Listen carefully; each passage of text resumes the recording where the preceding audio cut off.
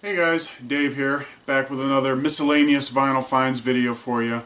Gonna start it off with a bit of a rant today. I normally don't do that, haven't done it much on my previous channel, but I've been seeing some videos out there in YouTube, in the vinyl community, talking about damaged records delivered by the post office and clearly marked and do not bend, fragile, and all that stuff. And it seems to be getting to be more of a common occurrence, at least as far as I can tell from the videos I've been watching.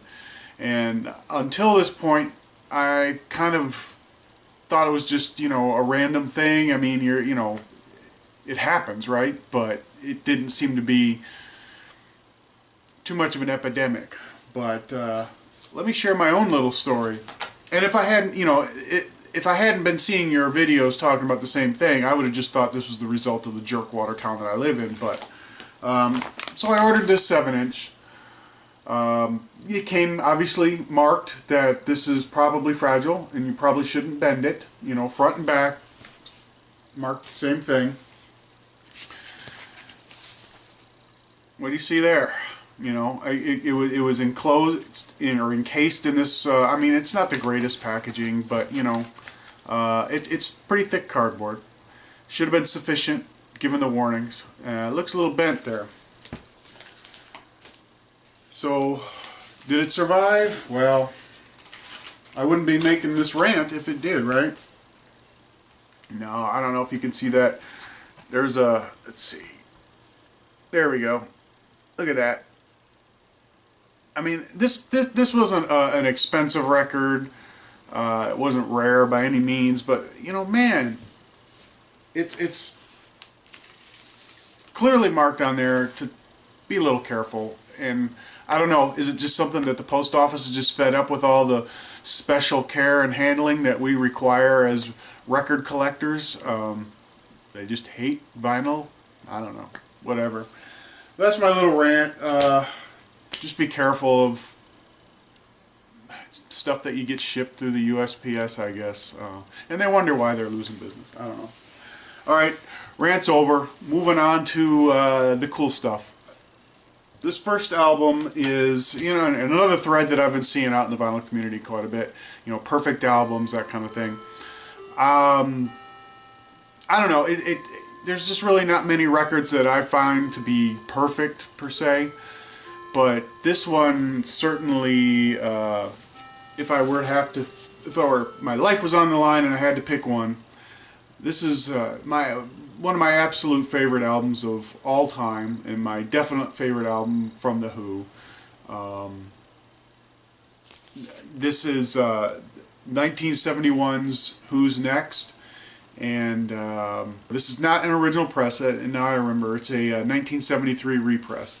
Still, I'm not really hung up too much on the OGs and stuff like that. But this album, I don't know. I could just put this on and listen to it every day. And in fact, I kind of sort of do. Baba O'Reilly, one of my favorite Who songs, if not the favorite Who song of mine, is. It's on my road trip mix, it's on my workout mix. I practically listen to that thing day in and day out. And then Behind Blue Eyes would be number 2, number 3 out of the top 3 Who songs. And but then it just goes on and on. I mean, Bargain, Song Is Over, Getting in Tune, Going Mobile, Won't Get Fooled Again. This is just fantastic album.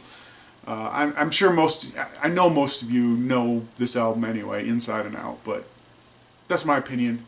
Great album. Perfect.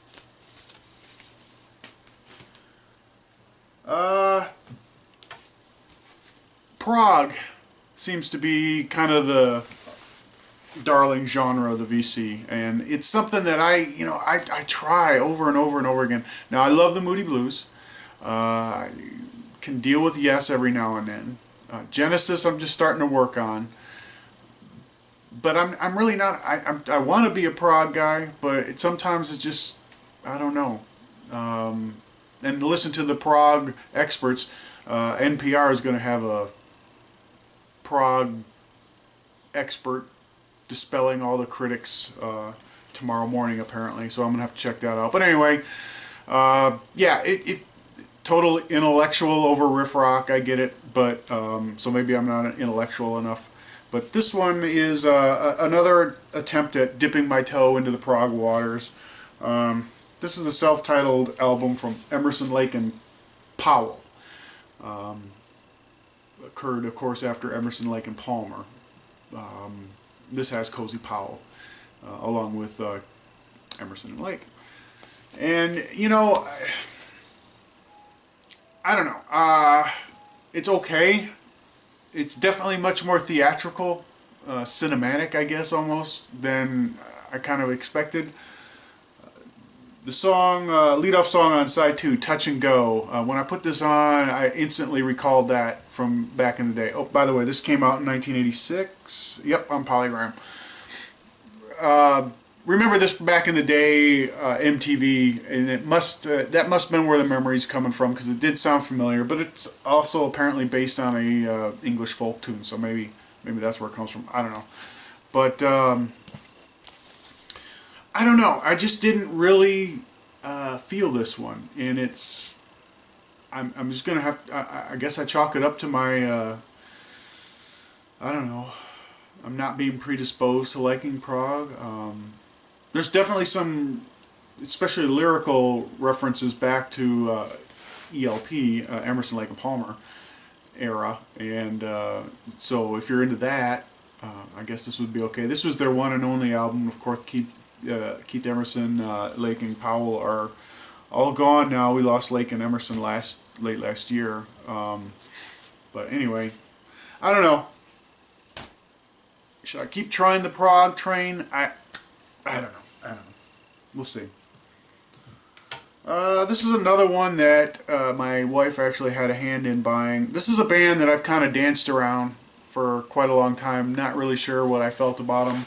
Not really sure how much to invest in getting to know them. But this has a song on there that my wife liked. I came across it relatively cheap, so I picked it up. This is It Ain't Easy by Three Dog Night. Came out in 1970 on Dunhill, or is it ABC Dunhill, whatever you want to call it. And that song, of course, is Mama Told Me Not to Come. My wife really digs that song. I came across it. The rest, they say, is history. So yeah, I've spun this a couple of times, and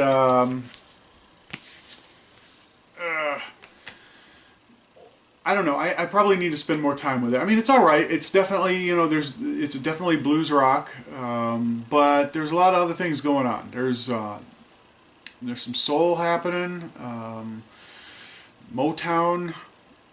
You can hear a little bit of that in here, but nothing really gripped me. I mean, of course, the song I'm talking about here, you hear it on the radio, so there's some familiarity there, but.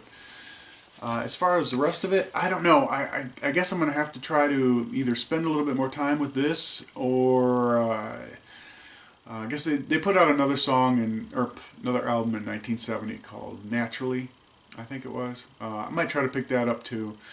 Not really sure how far down the Three Dog Night catalog I'm going to go, but I don't know. This seems to be another band that not a lot of people in the VC talk about.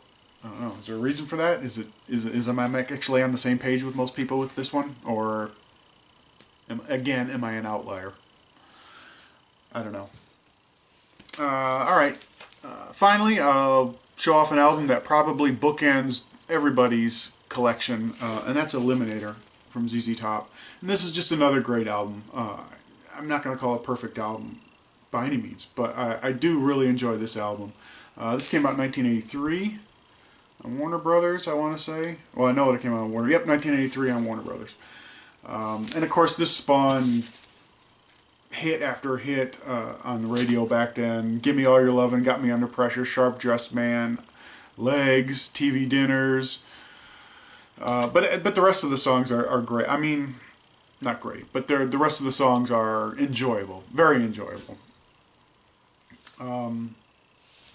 Yeah, this is definitely not Tejas or Tres Hombres ZZ Top. This and apparently, if I recall, that they actually made a concentrated effort to go the commercial success route, and they definitely got it. And I believe that probably alienated some of the earlier fans, but this, I believe, stands as their most popular and successful commercially album to date. And I dug it. You know, I was at that age of 1983.